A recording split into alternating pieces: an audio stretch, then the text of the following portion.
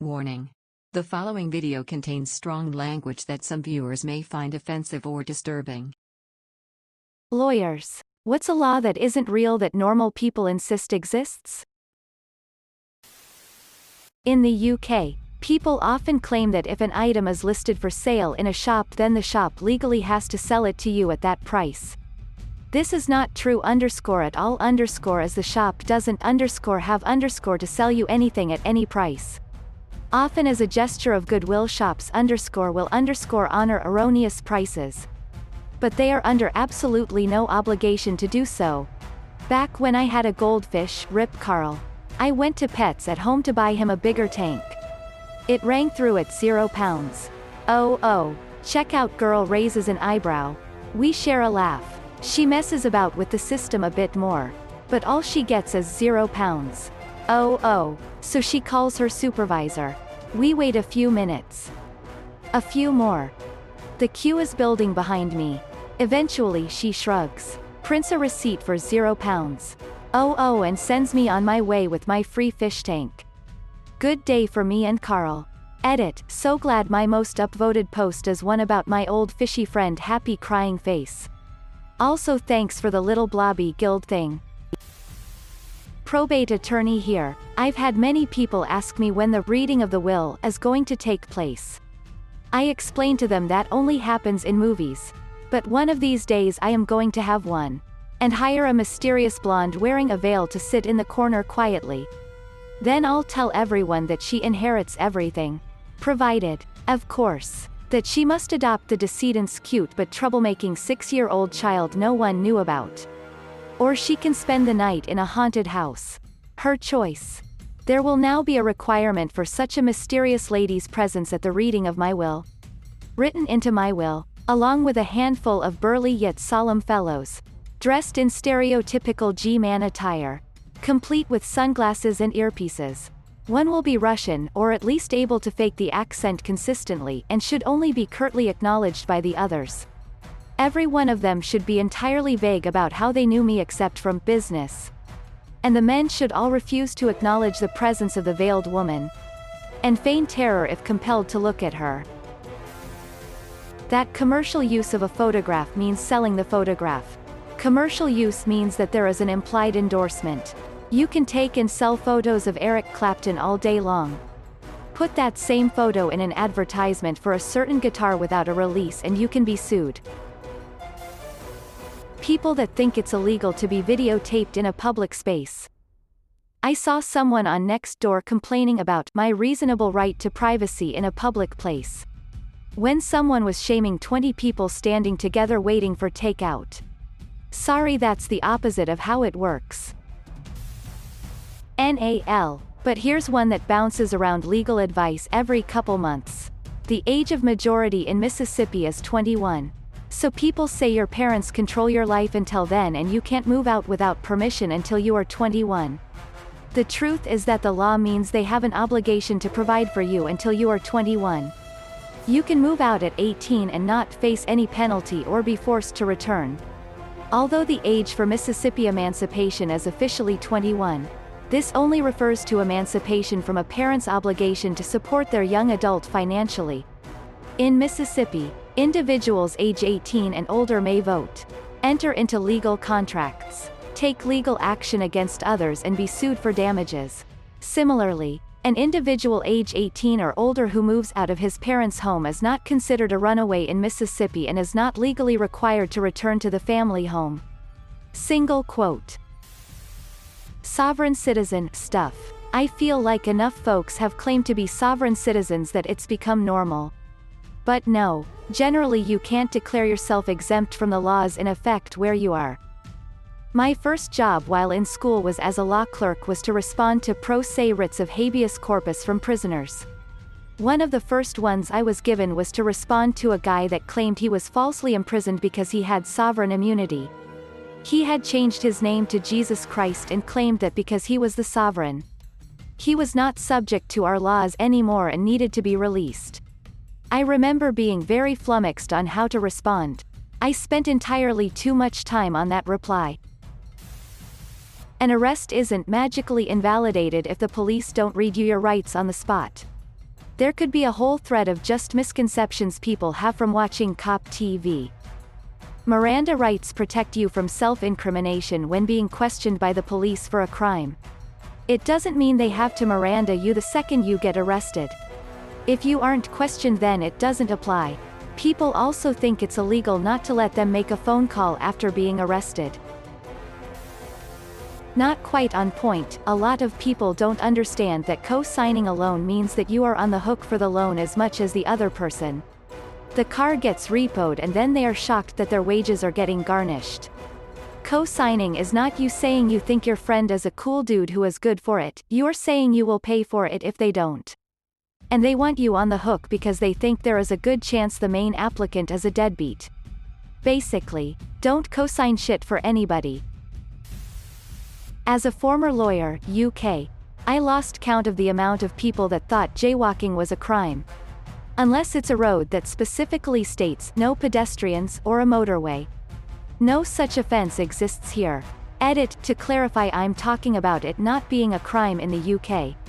It may well be elsewhere, Australia, USA, Germany and others. When my parents die, the government is going to seize a big chunk of the inheritance and I'll get nothing.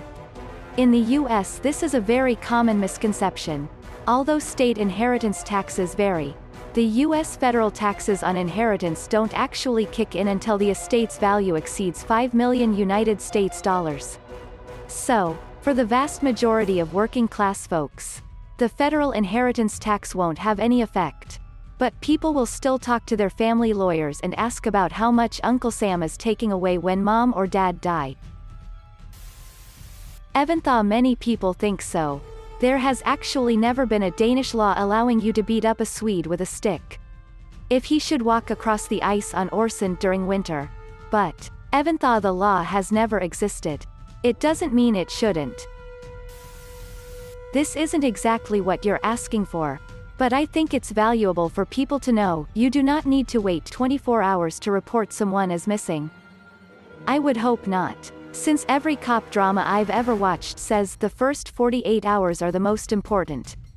If someone has to wait 24 hours, they lost 24 hours of that 48. The one that is the most frustrating to me, even though it's not really a specific claim that a particular law exists, more a rule of evidence, is that's just hearsay. You have no evidence. Comes up all the time. In all kinds of contexts. Even lawyers love using it when it suits them. Nothing but hearsay and speculation. Usually, what people mean when they say that is don't believe them. They're lying, which, fair enough, but that's not what hearsay means. Lots of evidence is just a person talking. That's what a witness is. It's why testimony exists. It's not evidence just because it's a person talking. Hearsay just means that in most cases, you can't have person A say that person B said XYZ. In order to prove that XYZ actually is true. Hearsay, get it? A heard B say it. It just means your witness can only talk about things they actually know about. And, extremely importantly, it also doesn't count as hearsay when person B is actually the person on the other side of the case. Person A is totally allowed to say person B told me, yes, I will commit the crime on Tuesday if person B is the defendant, who has been accused of committing the crime on Tuesday. You don't get to complain it's hearsay if you're the one who supposedly said the thing they heard. Closing parenthesis. It's a law that exists but widely misunderstood as the concept of entrapment. If the police put a bait vehicle in a high-crime area, that is not entrapment. If the police are watching a bar known to overserve to see if there are impaired drivers at the end of the night, that is not entrapment.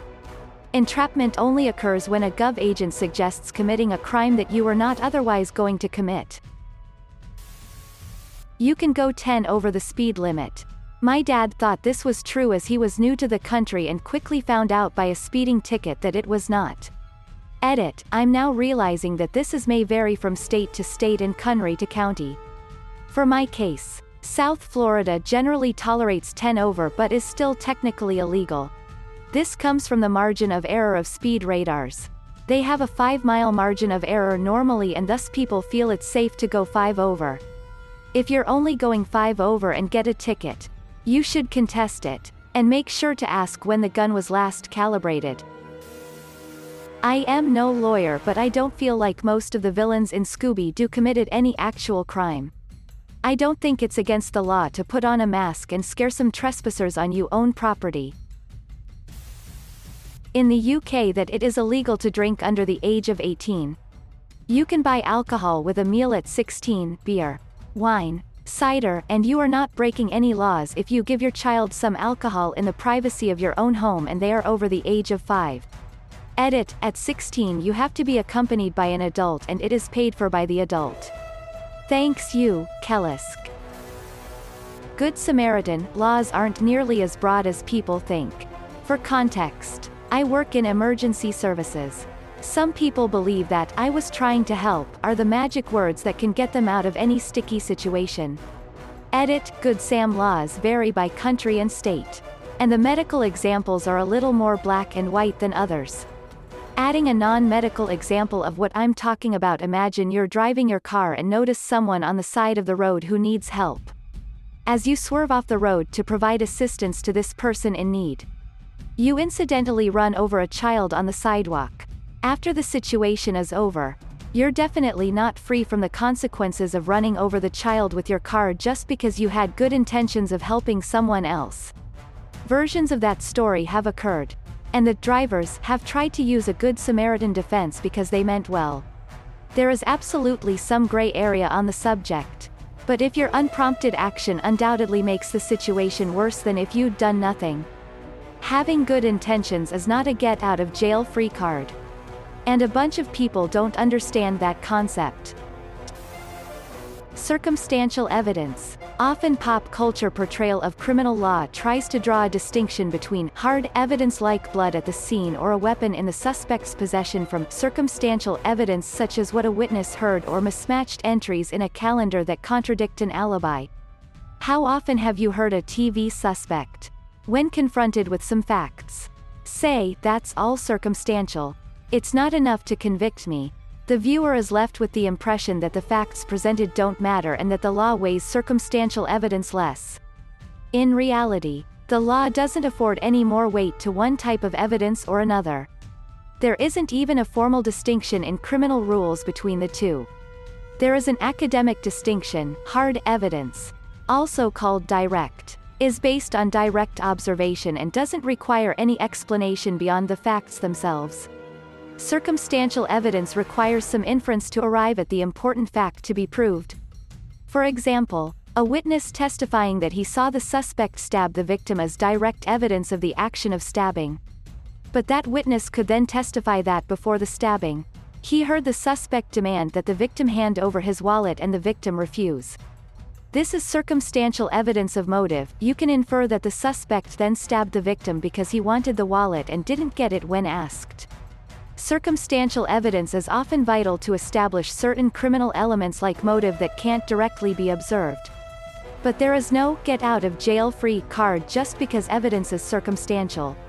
If your wife hears you plotting to kill her and sees your axe sharpening equipment in the attic, your neighbor finds your copy of How to Kill Your Wife and Get Away with It, and you write an email to your brother saying, "I'm going to do it tonight.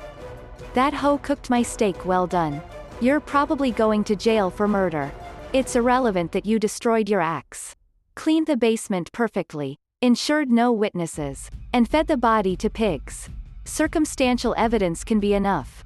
I've heard that virtually all evidence is circumstantial: fingerprints on a murder weapon, the victim's blood on your clothes, even a detailed plan to do exactly what happened because there are alternative explanations. The only direct evidence out there would be things like video of you committing the crime while presenting your idea to the camera, for example, or law enforcement directly witnessing you commit it.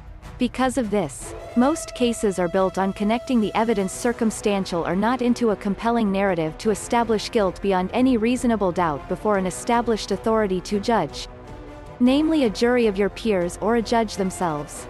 Am I generally understanding this correctly? Or am I just derping along here? Thanks for watching. If you liked the video, give it a thumbs up. Don't forget to subscribe, and hit the notification button. See you next time.